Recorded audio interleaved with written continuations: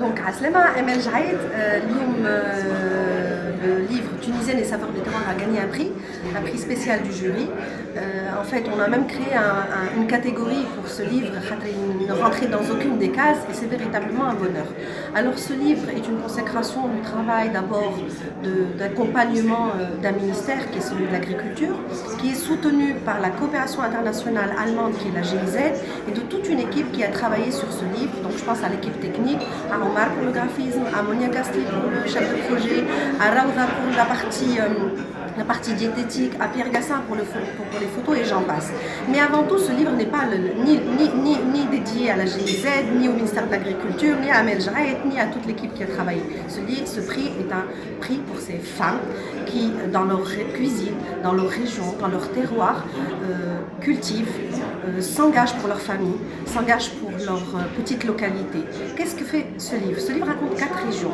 Dans 4 régions, 9 localités et 11 femmes. Ces femmes ont ouvert leur cuisine, on est rentré dans l'intimité de ces femmes qui ont partagé avec nous leurs recettes de grand-mère, leur savoir-faire, leur quotidien, parce qu'on a tout filmé, tout pris en photo, en situation. Elles ont cuisiné devant nous pour pouvoir capter le geste, pour pouvoir capter leurs paroles, pour pouvoir capter toute cette cuisine. Alors le propre de ce livre, d'abord, c'est de travailler sur la cuisine rurale. On n'est en aucun cas en train de parler, quand on pense au kef, on pense au brzgen, et pas du tout.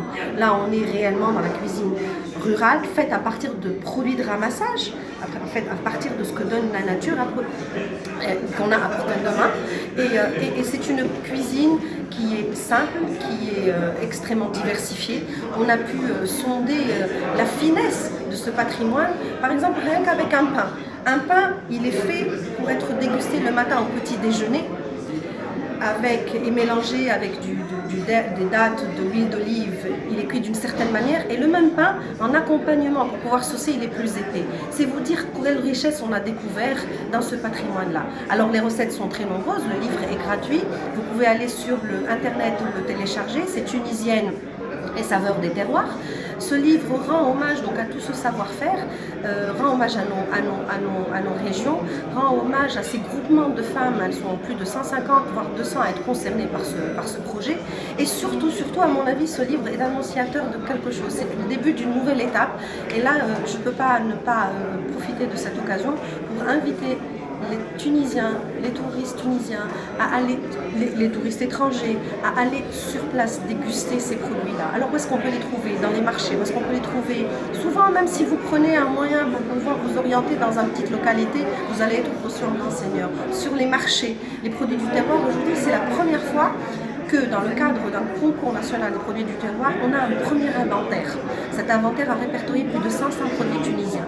Donc probablement que la Tunisie a perdu beaucoup de temps pour mettre en avant tout son patrimoine culinaire, tout son patrimoine culturel, mais visiblement aujourd'hui on est en train de voir et d'observer un dynamisme incroyable au niveau des chefs de cuisine, au niveau du ministère de la Culture qui essaye de se battre pour pouvoir placer le patrimoine immatériel auprès de l'UNESCO par exemple.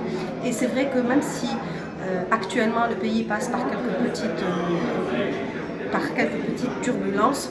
Le plus important est de construire, le plus important est d'avancer et d'y croire. Et je finirai mon propos par une petite pensée à une de ces 11 femmes dont il s'agit dans ce livre. Elle a toujours rêvé depuis qu'elle avait l'âge de 9 ans. Quand il y avait le chardon sauvage, elle en pleurait parce qu'il lui coupait la main, parce qu'il était plein d'épines. Et aujourd'hui, elle a gagné sa bataille contre le chardon. Aujourd'hui, elle commence à l'exporter. Aujourd'hui, elle l'a stabilisé. Elle fait une tapenade. Elle fait du chardon sauvage dans l'huile, sous le vinaigre. Et aujourd'hui, elle arrive même à le vendre dans des épiceries fines. Donc c'est tout le mal, tout le bien qu'on souhaite à tous les autres produits, par la persévérance, par le travail. On arrive au bout des plus grands obstacles. Et voilà. Bravo, félicitations. Est-ce qu'on peut avoir le titre de ce livre? Tunisienne et saveurs de terroir. Pourquoi Tunisienne et saveurs de... Pourquoi ce titre, quoi, c'est-à-dire? Parce que d'abord, il parle de terroirs. Ces terroirs sont empreints, évidemment, de tout le voile qu'on peut imaginer culturel. Quand on parle de régions, par exemple, je repense notamment à Gasseline et que je repense le roub et que je repense à la roquette sauvage et que je repense au malfouf qu'elle nous fait. Je ne peux pas m'empêcher de dire qu'il a le goût du marbre de Tella pas trop loin, il a le marbre de site archéologique pas très loin. Et tunisienne, pour nous, c'était femme Mais tunisienne, c'était au-delà de tout. Finalement, c'est tunisienne. Aujourd'hui, ce sont les Tunisiennes vivantes, les Tunisiennes dynamiques. Les Tunisiennes sont nos mères, sont nos sœurs, sont nos femmes, sont nos enfants, sont nos filles. Et que vous le vouliez ou non, je suis une femme. Et pour moi, la terre tunisienne est féminine. Elle est fertile. Et je suis persuadée, même dans les moments les plus difficiles, qu'elle saura toujours renaître et avancer. Merci, ça me donne vraiment envie de lire ce livre. Je vous le conseille. Voilà. Merci beaucoup. Tenez-moi au courant. D'accord.